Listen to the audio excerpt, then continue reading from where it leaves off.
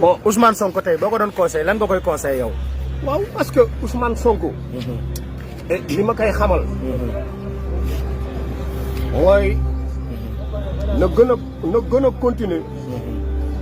di sakku ci yàlla. mi ko cëral.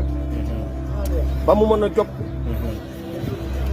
et di jëm ci yoon wu nga xam ne.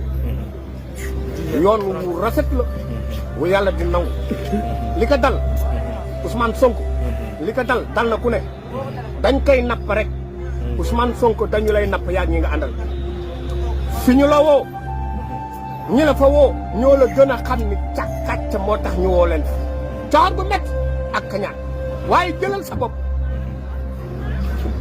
teg fi la yàlla teg tamit bu ñu la waxee ne yow yaa taal nangam yow am nga ful la xam naa ko taxawal bu baax wax fa nga nekk la xew Touba leer na Serigne Bass Abdou Khadre du sa coobare la coobare ñi nga xamante ne ñoo dëkkee Touba yu wéyoo Serigne Touba di ay noonu Serigne Touba ak saay-saay yi nekk ci àdduna bi ñoo di yàq ñoo di yàq mais dañuy defar naka nit ñi xam Macky Sall mais ngay gis am na ñi ko jàppale ay saay-saay yu bon lañu Ousmane Sonko am na ñu ko jàppale ay saay-saay yu bon lañu yàlla am na ñu ko jàppale ay saay-saay yu bon lañu Serigne Touba am na ñu ko jàppale ay saay-saay yu bon lañu kon nañu teg dëgg gi moo gën a wóor caaxaan bakkan kenn du ko fooye Ousmane Sonko xamu leen fu mu toll ci yàlla xamu leen lu moo juri ëllëg bàyyi leen doomu jaambur yéen ay dëmm ngeen.